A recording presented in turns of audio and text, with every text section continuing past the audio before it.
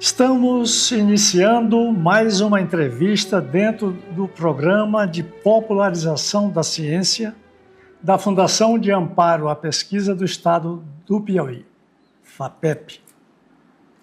A essência de nosso programa é a divulgação de conteúdos científicos de maneira simples, clara e acessível ao grande público não especializado. Nosso convidado é o engenheiro agrônomo Ademir Sérgio Ferreira de Araújo, professor titular da Universidade Federal do Piauí, com doutorado na Universidade de São Paulo e pós-doutorado na Universidade da Califórnia, nos Estados Unidos. Numerosos artigos publicados em periódicos científicos internacionais e ilustram seu currículo acadêmico.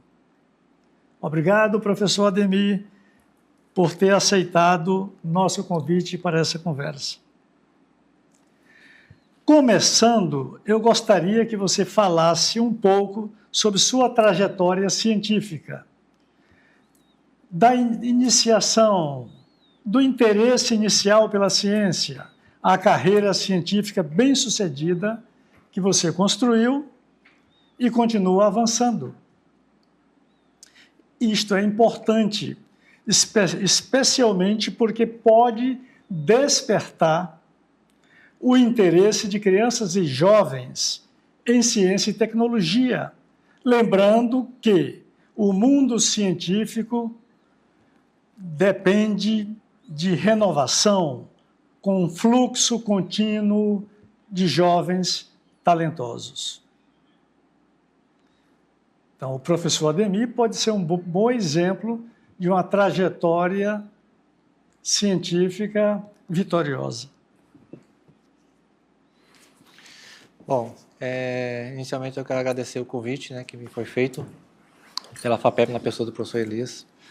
Dizer que eu estou muito feliz de estar aqui para falar de um tema importante para mim, principalmente, que é pesquisa científica, e obviamente tentar incentivar os jovens a seguir essa carreira científica. Eu sou do interior de Pernambuco, e sou de Caruaru, Pernambuco, que é conhecida como a capital do forró. E nas minhas férias escolares eu sempre passava no sítio do meu avô, no interior, e eu já tinha um irmão que fazia agronomia e que estudava microbiologia do solo. E eu lembro de uma ocasião em que ele levou para o meu avô um produto biológico, que hoje nós conhecemos como inoculante, e aplicou esse produto no feijão. Meu avô plantava feijão, e eu observei o desenvolvimento do feijão mais vigoroso, uma planta mais bonita, e isso atiçou minha curiosidade pela área, pela agronomia. Eu passava sempre as férias no sítio do meu avô. E ao final do ensino médio, desde o primeiro ano do ensino médio, que antes chamava de... não era ensino médio, chamava de... agora eu esqueci o nome, mas não chamava de ensino médio. Segundo grau. Segundo grau, exatamente. Então, no primeiro ano do segundo grau, no segundo ano do segundo grau e no terceiro ano do segundo grau, eu fiz vestibular para agronomia sempre, e passei nas 3 ocasiões. E no terceiro ano, passei para agronomia na Universidade Federal Rural de Pernambuco e fui estudar lá. E na universidade, eu, seguindo um pouco do que eu havia visto anteriormente, na infância e na adolescência, eu procurei o professor saudoso Hélio Buriti, que trabalhava com microbiologia do solo, e eu comecei a estudar realmente essas, nós chamamos de as bactérias, que fazem esse papel. Comecei a estudar essas bactérias, que me interessou bastante. Eu sempre fui uma pessoa muito focada em buscar novos conhecimentos. Durante o estágio da graduação, fui ao Paraná, o centro de soja da Embrapa, fiz estágio, fui a Goiânia, o centro de feijão da Embrapa também, fiz estágio, todos em microbiologia. E aí, ao final da graduação, eu decidi fazer a pós-graduação nessa área de microbiologia. E aí fiz mestrado e doutorado na Universidade de São Paulo, em Piracicaba, onde conheci minha esposa e vim para o Piauí, após o casamento. Fui aprovado no concurso público da Universidade Estadual do Piauí, trabalhei por 3 anos na Universidade Estadual do Piauí e depois, em seguida, fui admitido também por concurso público na Universidade Federal do Piauí, inicialmente no campus Bom Jesus e em seguida vim para Teresina, né, para o Centro de Ciências Agrárias, onde estou até hoje.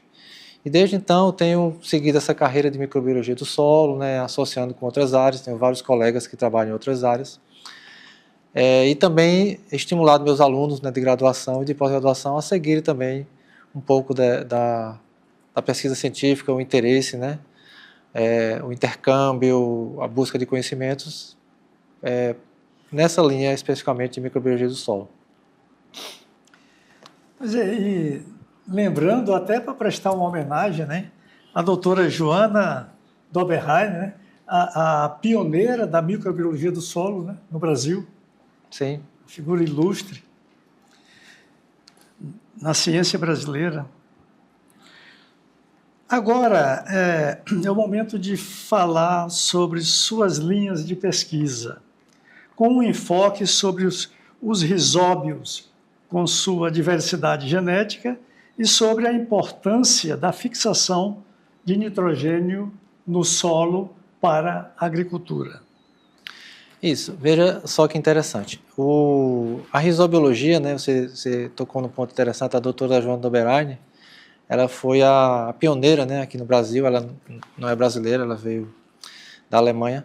Ela foi a pioneira aqui no Brasil, trouxe todo esse conhecimento voltado para fixação de nitrogênio, né?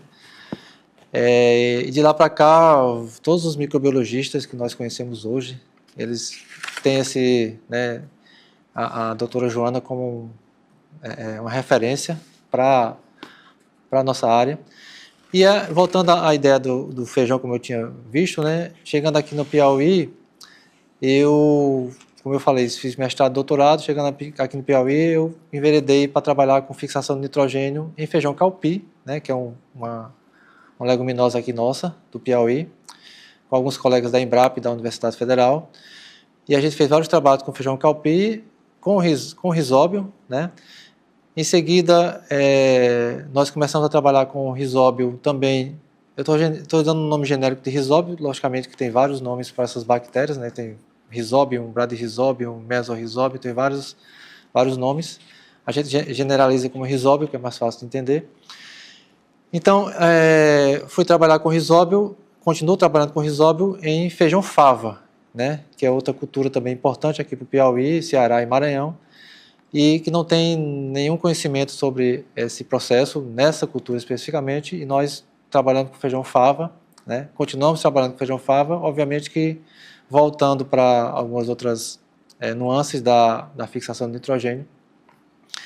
E para demonstrar a versatilidade dessas bactérias, né, a gente também continuou trabalhando com outras culturas, como milho, né, como sorgo, cana-de-açúcar.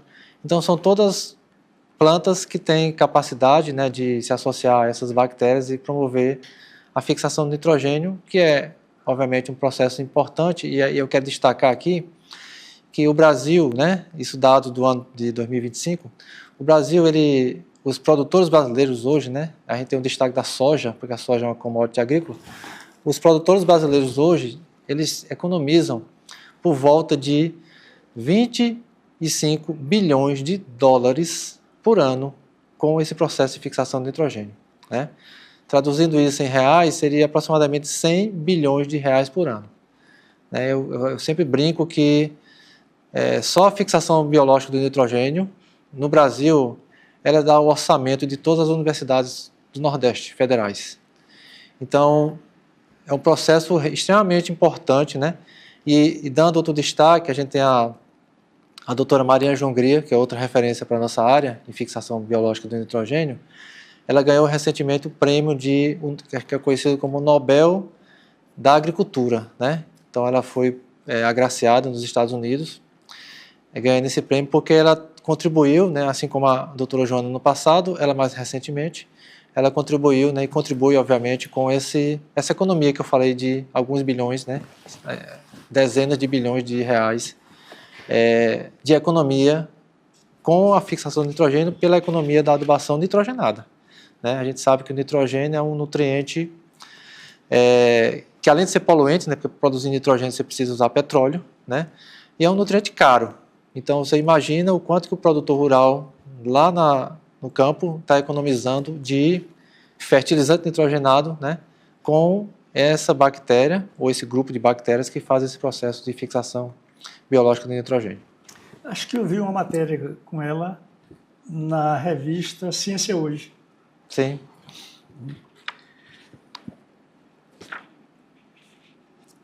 Que parâmetros biológicos são considerados indicadores de qualidade do solo e em que diferem nos distintos biomas brasileiros? Bom, então veja só, continuando aqui a minha trajetória, né, eu entrei na Universidade Estadual, e depois na Universidade Federal, e depois eu fui fazer pós-doutorado na Califórnia, em 2015, né, e aí trabalhei com ecologia microbiana do solo, que também é uma linha dentro da microbiologia do solo. E nessas minhas andanças, né, eu comecei a trabalhar um pouco com indicadores biológicos de qualidade do solo. O que é que significa isso? Traduzindo facilmente de entender, a gente usa, né, na saúde humana, a gente usa na saúde animal, a gente usa indicadores que são parâmetros bioquímicos, né, ou parâmetros químicos, dependendo da área, em que você indica o status atual daquele organismo, né? Então nós estamos falando aqui de vida, né, e plantas são vivas, né, micro-organismos são vivos, e o solo, consequentemente, em virtude disso, né, já que o solo possui bilhões de micro-organismos lá dentro, o solo também é vivo, né? Então a gente usa indicadores biológicos para dizer o status atual daquele solo em termos de saúde e de qualidade, né? Então quando eu tenho, por exemplo, um parâmetro de atividade da desidrogenase, pode ser uma palavra estranha, mas é uma enzima, né? Que é uma enzima microbiana que tem um papel importante dentro do solo. Então, quando eu faço a medição desse parâmetro, eu estou indicando se aquele solo e aqueles micro-organismos associados àquele solo, eles estão ativos ou não, né? Então, um parâmetro de atividade biológica. Então, é um indicador interessante para você dizer para o produtor, para as pessoas, que o solo está mais ativo ou menos ativo, consequentemente mais vivo ou menos vivo, né? Ou com maior qualidade ou com menor qualidade. Então, esses indicadores são importantes e hoje a gente já tem parâmetros de referência para mensurá-los, né? Tanto laboratorial quanto depois para fazer a interpretação de resultados, mas eles também são variáveis de acordo com o tipo de solo da região, né? A gente trabalha hoje aqui no semiárido, né? Tem um projeto na Caatinga e a gente tem, obviamente, os solos da Caatinga são solos que, em virtude do clima, né? Nós temos solos secos, solos que recebem altas temperaturas, que obviamente vão diferir daqueles solos do Rio Grande do Sul ou do Paraná, que são solos, né, mais ricos, mais argilosos e têm variabilidade climática diferente. Então, esses indicadores são variáveis de acordo com essa região, com as regiões, né? Então, é interessante fazer essa ponderação, né? Ao dizer que um solo é mais ativo na Caatinga, ele vai ser menos ativo lá no Cerrado, ou mais ativo no Cerrado e menos ativo na Caatinga. Na verdade, a gente tem que observar a região climática que nós estamos, os tipos de solo que a gente trabalha, as culturas, então tem uma série de variáveis. Mas é um assunto, né, um tema extremamente interessante, porque hoje os produtores rurais eles estão usando esses parâmetros para definir, inclusive, produtividade agrícola, adubação do solo, o manejo que é dado a esse solo, baseado nesses indicadores de qualidade e de saúde do solo. Muito bom. Bem, aqui, como a exploração das suas linhas de pesquisa, de investigação científica, impacta a formação de novos pesquisadores e beneficia a sociedade, que é, de fato, quem financia as pesquisas científicas, né? Bom, Na Universidade Federal do Piauí, a gente tem o curso de graduação em Engenharia Agronômica, né? Tanto aqui na capital quanto no interior, na cidade de Bom Jesus. E nós temos os programas de pós-graduação, cujo objetivo é formar recursos humanos de alto nível, né, para atuar nas linhas de pesquisa dos programas. Então a gente tem uma linha de pesquisa voltada para a microbiologia do solo, cujo objetivo é formar pessoas para estar lá no campo, né? Isso quando eu falo da graduação, por exemplo, eu tenho alunos de graduação que estão fazendo iniciação científica, né, pensando em soluções para o campo, da mesma forma que nós temos alunos de pós-graduação que fazem as pesquisas científicas com esse mesmo pensamento. E a gente tem várias linhas para atuação, né? Como eu falei, a gente hoje tem em fava essas bactérias que fazem a fixação de nitrogênio. Nós inclusive já estamos trabalhando com inoculantes, né? Ou seja, o que são isso? São os produtos biológicos que vão chegar na mão do produtor e lembrar aquilo que meu avô fazia, né, há décadas atrás, ou seja, pegar aquele produto, misturar com as sementes do feijão, plantar o feijão e as bactérias associadas àquele feijão fixar nitrogênio, promover um maior desenvolvimento. Então, o papel da pesquisa, né, voltado para essa solução que é uma solução simples relacionada a uma cultura importante. No nosso caso, o feijão fava, né, que é uma cultura economicamente importante para a nossa região. A gente tem hoje produtos biológicos, né, que fazem esse papel de fixação de nitrogênio. Do outro lado, a gente também trabalha com ecologia microbiana do solo e a gente tem uma linha de pesquisa, um projeto, né, grande com recuperação de áreas degradadas, né, especificamente áreas em desertificação. A gente tem aqui no Piauí a região conhecida por Juboés, né, todo aquele entorno de Juboés, que é uma região já conhecida internacionalmente, né, em processo de desertificação, quer dizer, a gente está perdendo solo, mas também temos outras regiões no Ceará, Irauçuba, nós temos em Pernambuco Cabrobó, e a gente está com um projeto de pesquisa com os colegas, tentando entender, primeiro, aqueles indicadores de qualidade do solo e de saúde, onde é que eles se encaixam nessas áreas, o que é que eles dizem para a gente, e a partir daí, a gente indicar estratégias de restauração daqueles solos. Então, mais uma vez, qual é a ideia? É buscar soluções na universidade com os alunos, né, na pós-graduação e na graduação.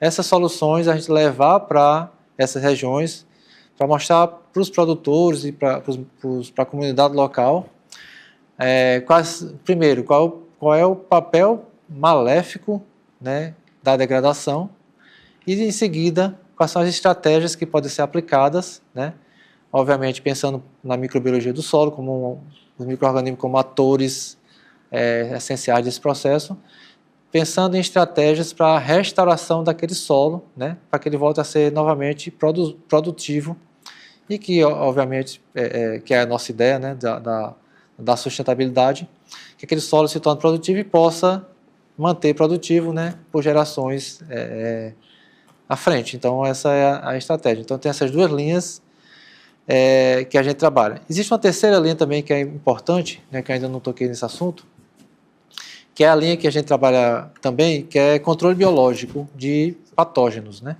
Então, hoje, na agricultura brasileira, a gente tem muitos patógenos que acometem as plantas, né? Então, desde fungos fitopatogênicos até nematóides, né, que são vermes do solo, e que causam prejuízo muito grande para a agricultura, né? E aí, para controlar esses nematóides e esses patógenos, vou chamar assim genericamente de patógenos, para controlar essas doenças, se utiliza produtos químicos, né? Mas esses produtos químicos, eles são, primeiro, ineficazes em alguns momentos e prejudicam o ambiente. Então, a gente tem uma linha de pesquisa também, utilizando micro-organismos, controladores de doenças, né? Posso citar o exemplo aqui de uma bactéria conhecida por Bacillus subtilis.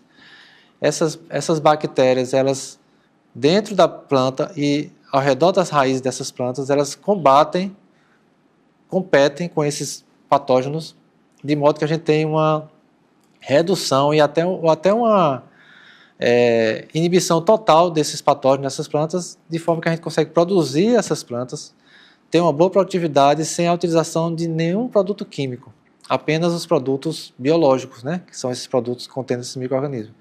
Então, assim, existem esses 3 exemplos que eu citei, né, de importância das pesquisas voltadas à microbiologia e o papel delas para a sociedade, mas existem inúmeros outros, né, que a gente passaria aqui o dia todo conversando sobre esses potenciais. O controle biológico de pragas, isso aí, eu penso que seja o futuro, né? A tendência é para o futuro. Acabar com o agrotóxico, né? Sim. E é outro mercado, veja só, a gente gosta muito de falar em números, né? E quando você fala em números que envolve dinheiro, né? As pessoas ficam talvez mais interessadas por conta disso, né? Veja que eu falei aqui, somente fixação biológica do nitrogênio, né? O Brasil, os produtores agrícolas brasileiros, é importante destacar isso, os produtores agrícolas brasileiros, eles economizam em nitrogênio por volta de 100 bilhões de reais. Não é uma pouca quantia. Mas nós temos um mercado enorme ainda que está sendo descoberto em crescimento, que é o mercado de controle biológico de pragas e doenças, né? E nós estamos falando aqui de uma projeção para 2035 de talvez uns 50 bilhões de reais. Então, imagine que daqui a 10 anos nós vamos ter, né, um mercado biológico aí de mais, eu diria que aproximadamente perto de 200 bilhões de reais por ano. Então, veja que fantástico, né? Um mercado sustentado por micro-organismos do solo. Pois é a pesquisa inicialmente básica que termina sendo assimilada pela sociedade, né? Aí, assim, a formação de pesquisadores está nesse caminho também, né? Quer dizer, eu estive vendo no diretório de grupos de pesquisa do CNPq que você tem 5 doutorandos.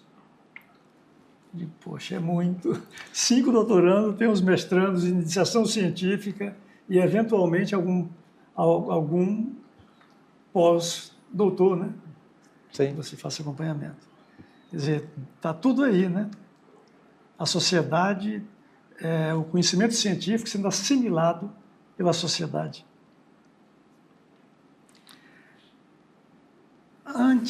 Agora vamos para outra questão. Antes da institucionalização e da profissionalização da ciência no século XIX, a ciência atingiu esses patamares no século XIX. Então, o cientista era um pesquisador solitário que trabalhava em casa. E eu fico lembrando do grande Lavoisier, em seu laboratório, bem montado, um laboratório de química que ele tinha em casa. Não era cientista profissional, porque ele tinha emprego, tinha outros trabalhos, e, no entanto, ele fazia em casa assim. Mas, imagine, hoje, com a institucionalização, hoje não, desde o século XIX, aí a ciência deixou de ser uma atividade solitária. Quer dizer, não era o cientista, o pesquisador solitário. Então, com o advento dos institutos de pesquisa, comumente vinculados a universidades, os trabalhos científicos tornaram-se predominantemente estudos compartilhados, envolvendo frequentemente muitos cientistas e de várias nacionalidades. E certamente este é o caso seu e da maioria dos cientistas de uns tempos para cá, né? Aí, como você e sua equipe, seria interessante que o nosso público conhecesse como você e sua equipe formam as colaborações científicas e os grupos de pesquisa no Brasil e no exterior.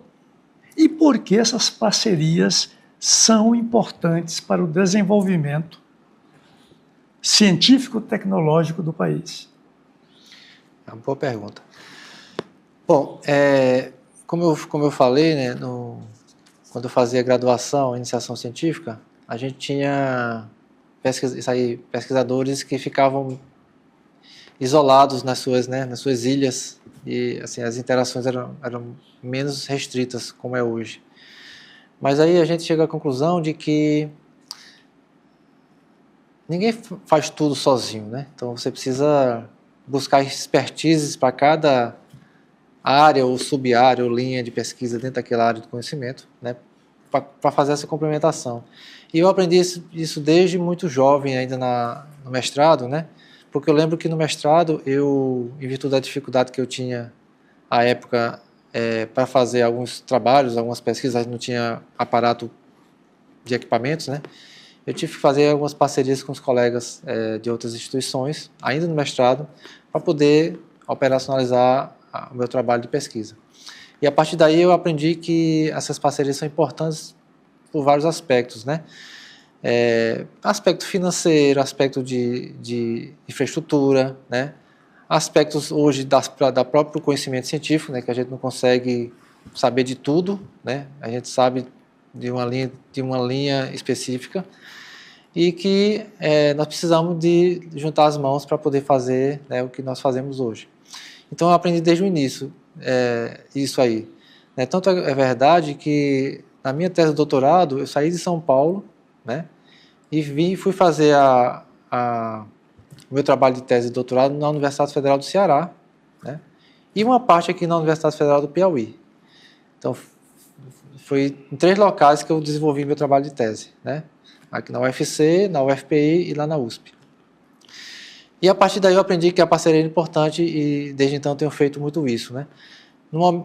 Inicialmente, nacionalmente, né, como eu falei, vários colegas de outras instituições. Aqui no Nordeste a gente criou um grupo, né, de parceiros bem forte, cada um se ajuda de uma outra forma. E internacionalmente a gente também tem feito algumas parcerias, né. Eu fiz algumas viagens, desde 2009 eu tenho viajado, assim que posso, eu viajo para alguns outros países para fazer parceria com alguns colegas, né. Então hoje a gente tem parcerias de pesquisa com a universidade na Holanda, universidades nos Estados Unidos, né, parceria de pesquisa com um colega da Índia, né, também.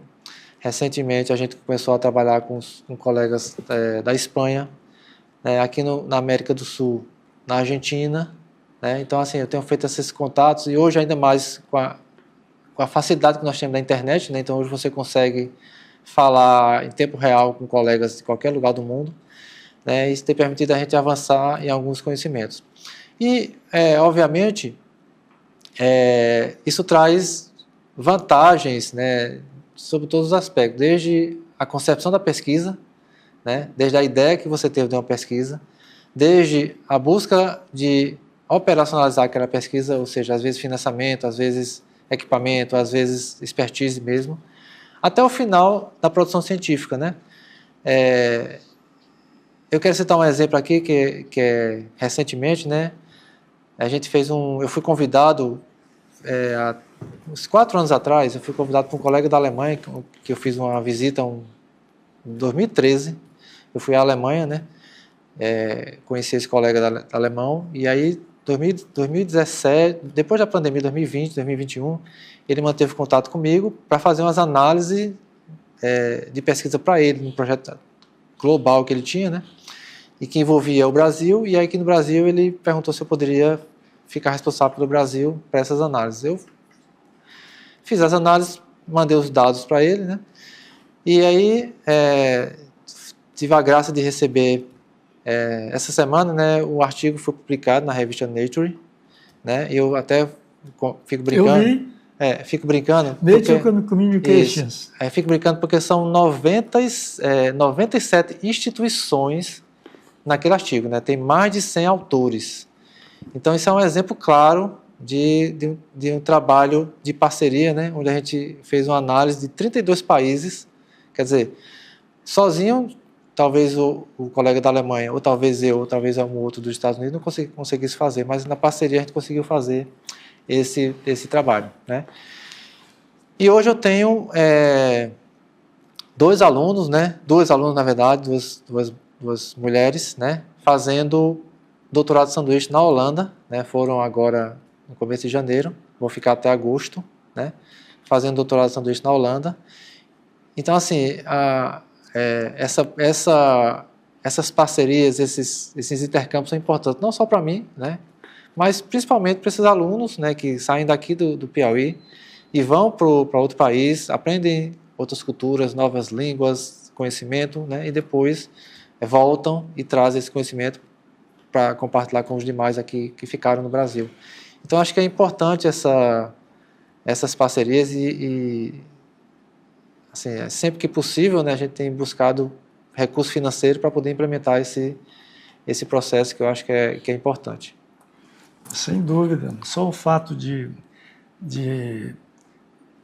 estudantes de pós-graduação poderem viajar para outro país, ter uma experiência fora, né? Às vezes está fazendo um doutorado aqui, sai, faz um doutorado sanduíche. Quer dizer, eu tive uma doutoranda que fez a parte experimental toda na Inglaterra. Sim.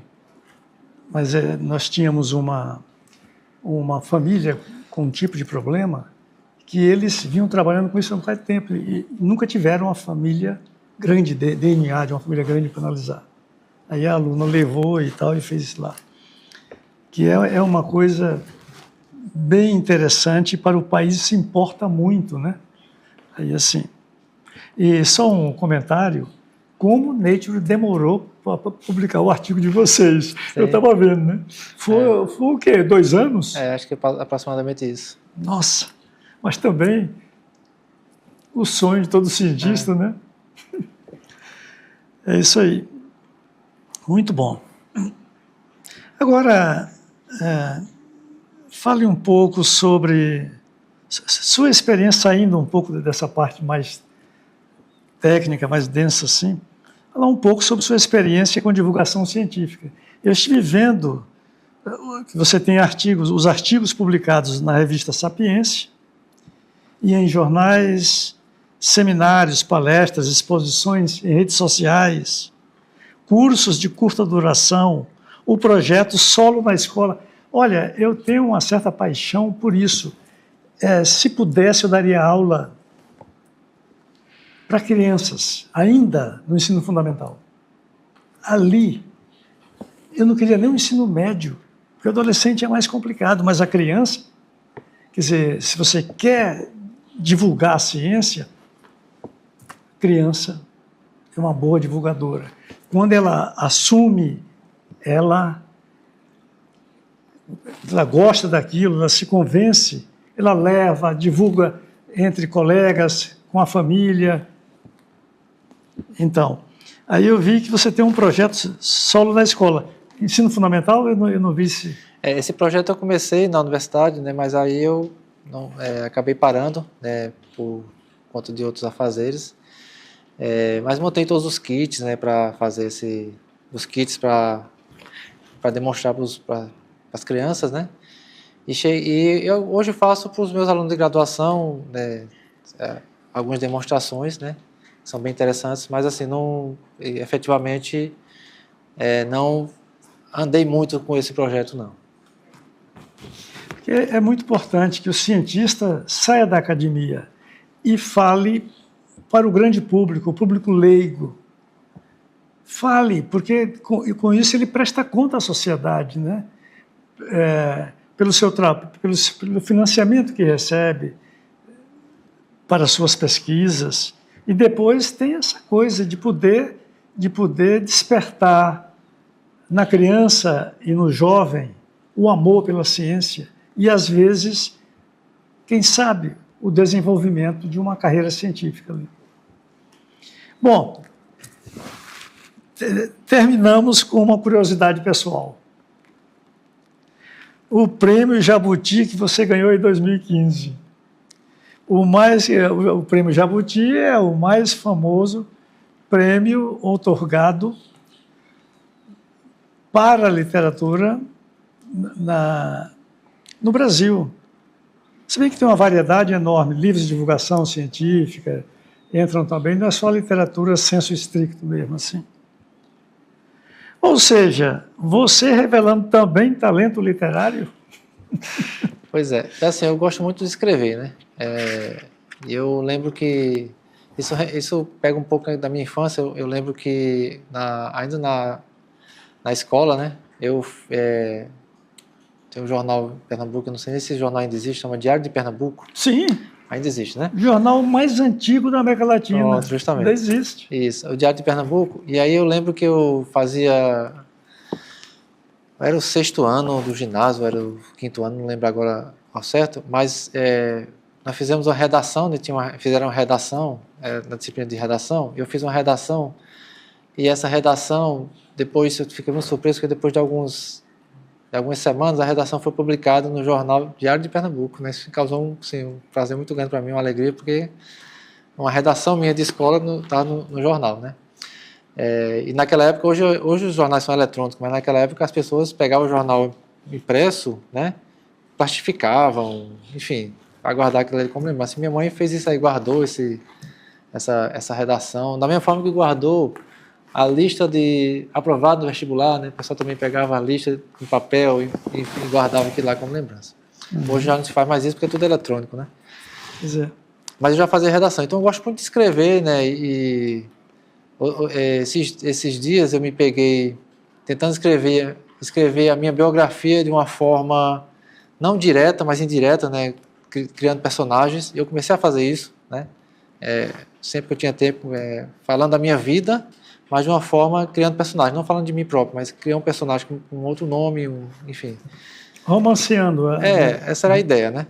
Então, assim, ainda gosto dessas coisas. E na ciência é o que eu mais gosto de fazer, que é redação científica, né? Eu dou aula para os alunos de redação científica, eu tenho disciplina de redação científica, já fiz curso de redação científica, dou curso de redação científica, então gosto muito de escrever, né? Então, esse Jabuti, qual foi a ideia da história? A gente fez um evento aqui, em 2010, se não me falha a memória, um Congresso Brasileiro de Conservação do Solo. Eu fui o coordenador geral do Congresso, e a gente, ao final desse Congresso de 2010, a gente resolveu congregar alguns trabalhos e tentar montar um livro, né, o mais prático possível sobre conservação do solo no Brasil, né, e aí fizemos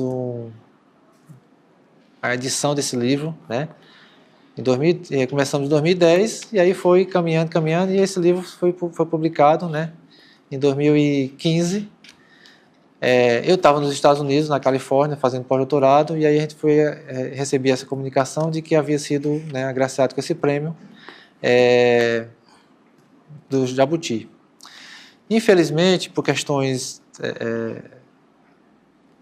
de viajar mesmo, né, eu não pude vir receber o prêmio, né, eu e mais 2 colegas da Embrapa. Eles foram a Brasília, receberam a premiação, né? Eu recebi depois, em seguida, a premiação, mas não recebi a premiação em loco, né? Mas fiquei muito feliz por todo esse esforço que nós tivemos de fazer esse livro, né? Compilando esses trabalhos e mostrando a ideia da conservação. Foi o primeiro livro no Brasil mostrando o status da conservação do solo, que é um tema extremamente importante, status da conservação do solo no Brasil, né? Então foi bem interessante esse livro, Conservação do Solo no Brasil, que foi agraciado com esse Jabuti, né? Mas assim, eu gosto muito realmente de fazer de redação, talvez eu tenha até um foco um pouco mais na redação, né? Redação científica, gosto de escrever os trabalhos, de pensar ideias, né? E eu sempre brinco com os colegas, parceiros, né? Eu gostaria de falar que eu sou corredor, né? Corredor amador. Então eu faço minhas corridas 3 vezes por semana, né?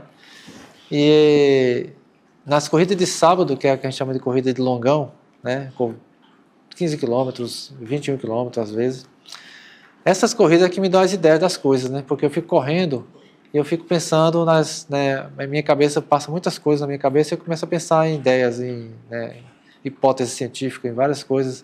Até trabalhos que eu já estou fazendo, então isso me ajuda muito a